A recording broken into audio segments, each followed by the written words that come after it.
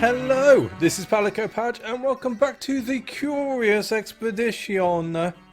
And we're riding high from the last episode. Johan, Mr. Huizinga, still don't know if that's the right way of saying his name, but even so, that is what we're sticking to. We've stuck for it through 6 expeditions. We got him home. We got him back in first place. Boom. Done. Might as well finish the series here.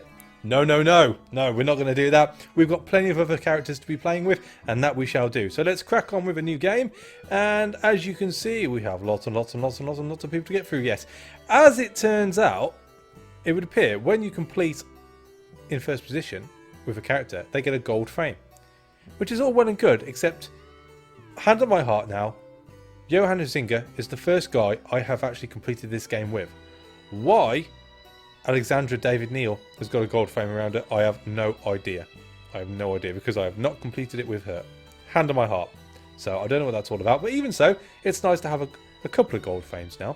But as we're making our way down the list, it would appear our next person is Amelia Earhart, aviation pioneer and the first female aviator to fly solo across the Atlantic Ocean. Now, from what I gather, and again, this is just off the top of my head, no research intended here, or done, should I say. She formed, I think, what was called the 99s, which was like the female piloting group. And she was also big on equal rights. And she disappeared trying to do a around the world flight in the Pacific, I think it was. And there's quite a few, if you go to a wiki page, I believe there's quite a few theories on what actually happened to her, from her just ditching the plane and it sinking and being gobbled up by fish, to her being actually caught by the Japanese, because it was just before the First World War, a couple of years before the First World War, I believe. I think it was 36, 37? It's 1936, 37 for you young guns. Long time ago. But anyway, we're cracking on with her. Welcome back to the Explorers Club, old friend. Have you heard that we are building a statue to honour the expeditions of our most famous member? Word is that you have a good chance of seeing your likeness on that statue. However, I am afraid to tell you that you are not the only candidate. You and your rivals have 6 expeditions to prove who is the most famous explorer within our club. And who have we got? Dion Fortune, Ada Lovelace, Mary Kingsley, and Johan Huizinga. Oh, we're going to lose. Johan's on the track. Now go explore. Adventure awaits. And once again, we're sticking with normal expedition. I think we're going to get through everyone before we go on to certain death. Requires new levels of strategy and luck. And it would appear that the last one was purely luck. We were more clever than we have been. But it wasn't the cleverest we've been at times, and there is a certain amount of randomness to each playthrough. For instance, the cultist turning into the abomination. Never saw that coming. Thankfully, we know how to deal with them because we've had lots of experience with abominations. They're okay for a time, but you need to get rid of them pretty quick. And as we found out, you can't just say, "Go away from our trek party, Mr. Abomination. Just go walk over there." They stick with you until they decide to eat one of you. So, yes. Another lesson learnt there. So we are off to the Grand Jungle. Again, level 1 or expedition 1. So it'll be nice and easy. We can just get used to the grouping and the setup and take it from there. After being too excited to sleep, I hurried to the harbour. The captain had yet to arrive, so I spent my time on the deck, enjoying the cool breeze. A wealthy foreigner named Sir Dair Alimajed introduced himself. He told me that he originated from the area of our upcoming expedition before coming to England with an expedition crew. He had become a rich man here and wanted me to find his wife in his former village and bring her to London. That we shall do for you, Sir Alamajed Dair. I accepted his request to find and return his wife. He nodded thankfully and wished us luck. At last the vessel was ready to leave the harbour, and we shall set sail straight away. We don't have a lot of provisions, do we? We have, what, 2 whiskies? It's not very good. I know we're only on a 2-region section, but even so, that's not a lot. It's not a lot. I was deeply absorbed in my studies about this area as we finally reached the shore of our expedition area. I knew this land held 1 or 2 special surprises for us. Okay, the first thing we need to find is... We'll never know. So we don't need to access the ship's storage. We've got nothing there, so let's just crack on. Thankfully, the wealthy foreigner had marked the location of his former village on our map. I was curious to see if we would find his wife there. Me too. And that's it. We've pretty much found everything in the region already, which is very good. We can strategize. So before we do that, let's just check out the contestants. And we have Amelia Earhart, who has an attack die and a utility die. I think that's the best ones to use on the blue. Is that utility, or would you say the green's a utility? Just speculation. Just speculation. Escort village, and she is a navigator. Increases the gained compass accuracy when uncovering fields. That is pretty good. Didn't help her when she flew over the Pacific, but never mind. And then we have Pilu Sehun. Yeah, I like that. Native animal handler. Okay. And increases the inventory size of all pack animals. That's pretty good, but he is a sexist. Great. So, great. You already hate the Trek leader. Good times. And John Albert. Good old John Albert. He's got a decent capacity, and he has increases the effectiveness of custom flares, which we have been given none. So you, sir, are useless. And then we have Sir Dutton, the faithful donkey, who can hold 4, and we can mount straight away. Interesting. Let's mount Sir Dutton. Mounted. So dice are rolled during combat encounters. The more dice you have, the stronger you are. Slow mount. Traveling on the back of an animal greatly increases comfort. Reduced base sanity costs for travelling. -2 sanity travel base cost. Interesting. And they get dice. Does that mean we lose dice? It wouldn't appear so. But it does reduce capacity. Well, that's not an issue at the moment. So let's mount Sir Dutton and make our way to the village first, as we seem to be coming in an arc area, and then we can move on to the left hand side, or to the west, if you would, to the west. So let's get up on the hill, and we are still yet to find out what this mountain is. That's not very good. Okay, so there's a cave. Do we have any? Oh, we have torches. That's good. We have torches. So let's enter the village. Today we reached a village. This group was a true sight, some form of religious unity. As we approached the village, we were immediately approached by a native. She introduced herself as Wasm, or Wuzum. And it turned out that she was the wife we were asked to escort back to London. Without further ado, she happily joined our trek and began to show us around her village. Welcome to our bosom, Wuzum. Right, we were guided by a crowd of cheering kids into the village. We seem to be very popular in this region. Yeah! Right, so what can we do? We can hope to recruit someone. Let's recruit before we trade. I asked around to find out if any adventurous spirits were interested to seek fame and glory. Not long after I had found a group of willing new Trek members and needed to decide who to recruit. Oh, rubbish. We can't because we've got the woman. Okay. We could take a water buffalo. The shaman holds 2. The animal handler holds 1.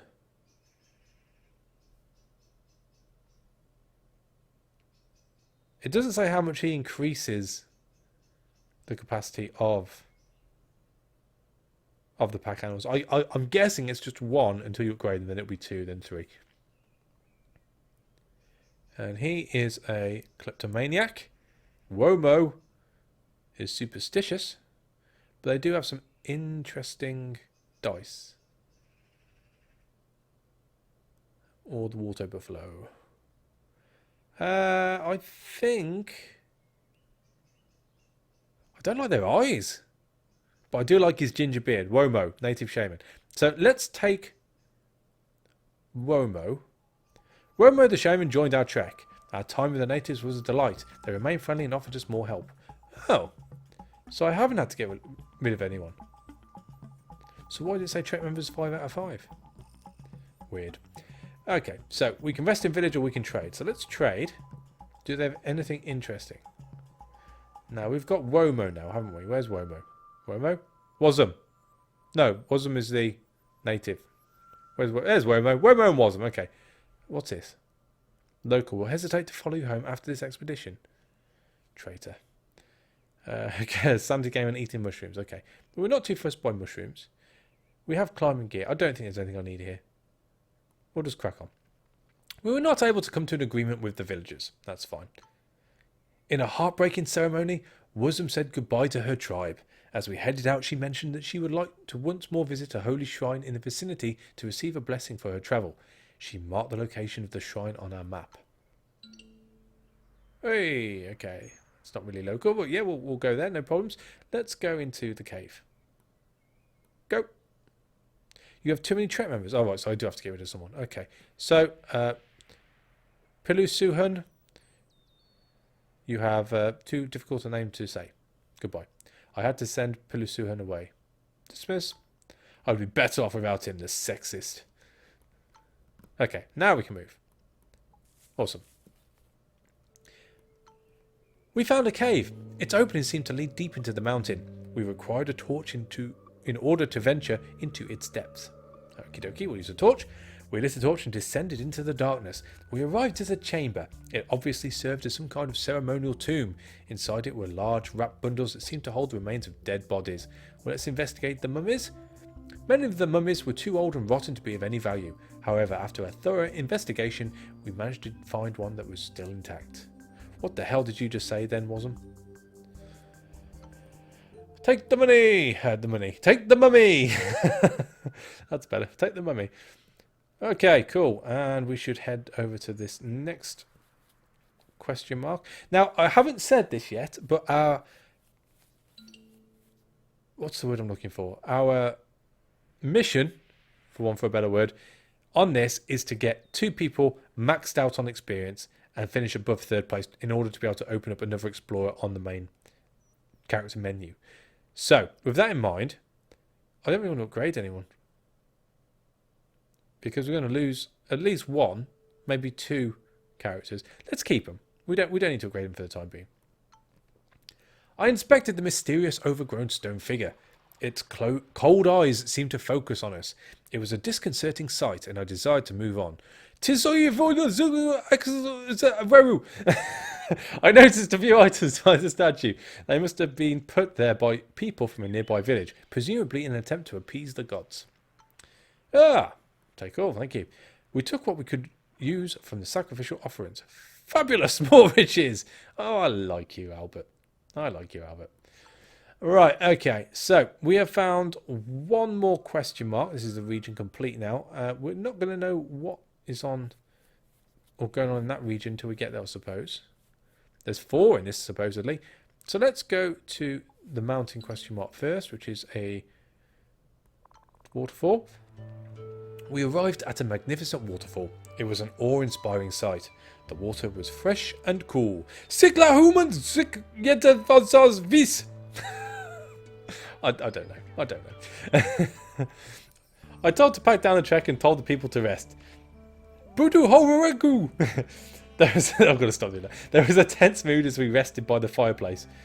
No, I'm not going to even attempt that one. We had to do something. Otherwise, problems would soon start showing up amongst the men and women. Or women. You're a woman too. I feared that if nothing happened soon, our expedition would be doomed to fail. So let's get our sanity back up. 58, that's not too bad. As we prepared for departure, I knew we would miss the gentle noise of the falling water. This was a truly beautiful place. Do I want to rest again? 58. Well, I'm pretty sure we're going to get 10 of whatever foodstuffs next time we go. So as long as we have over 100 gold, we can buy it all. So let's leave.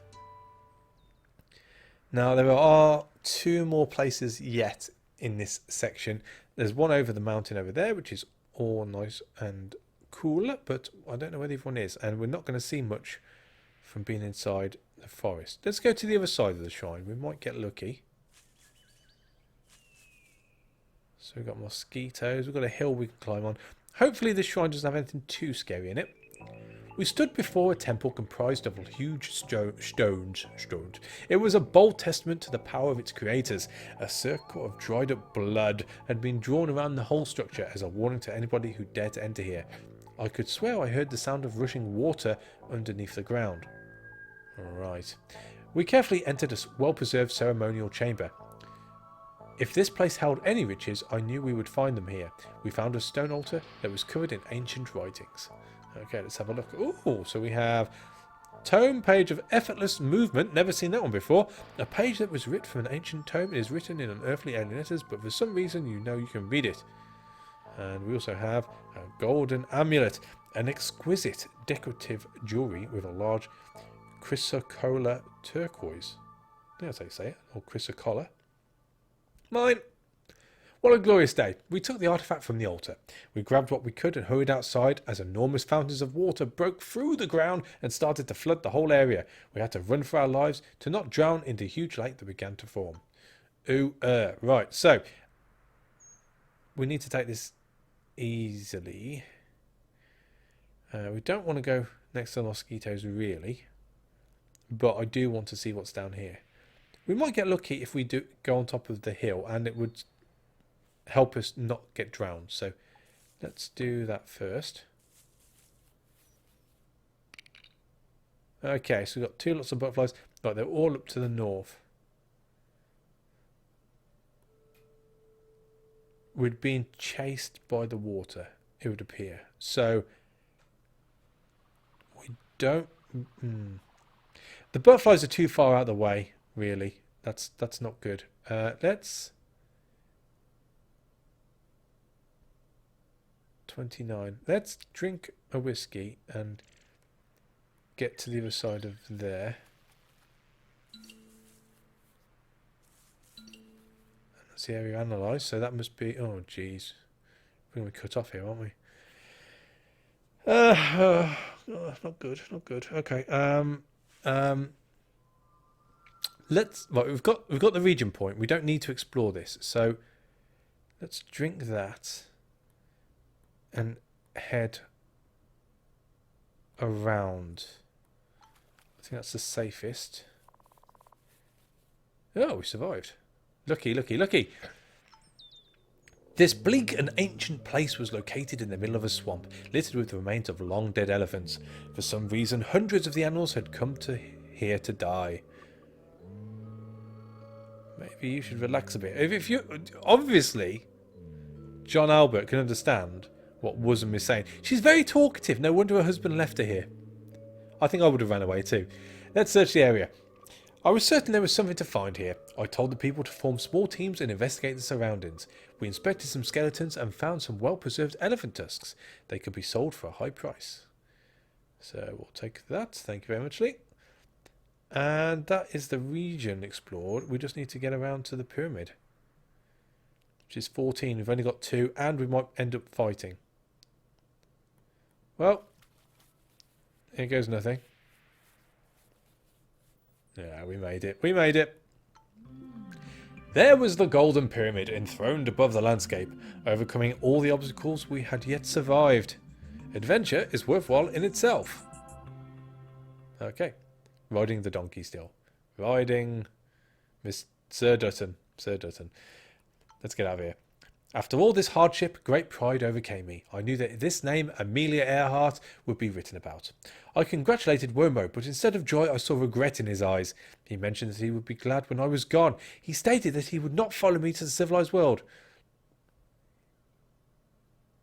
Oh well, never mind. You and your ginger beard can stop here. So we finished first with the Golden Pyramid and lots of normal fame at 10. We're good. We're good. Let's finish. Go back to the kitchen.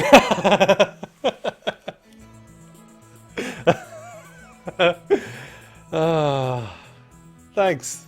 Exquisite. Good times. As I said, she was at the forefront of equal rights. So yeah, that makes sense. Black market. Access more gear and equipping your trek before heading out into the unknown. Eagle Eye, increased viewing distance, and Ruffian receives an additional attack die. So she has... we can't see it because she's on the horse. On the donkey even.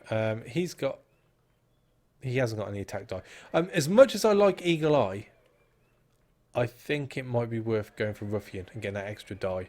So let's do that. Huzzah! Now back to the kitchen with me.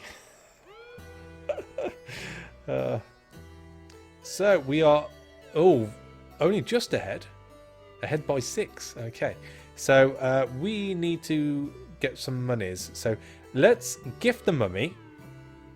So we're 100 ahead now.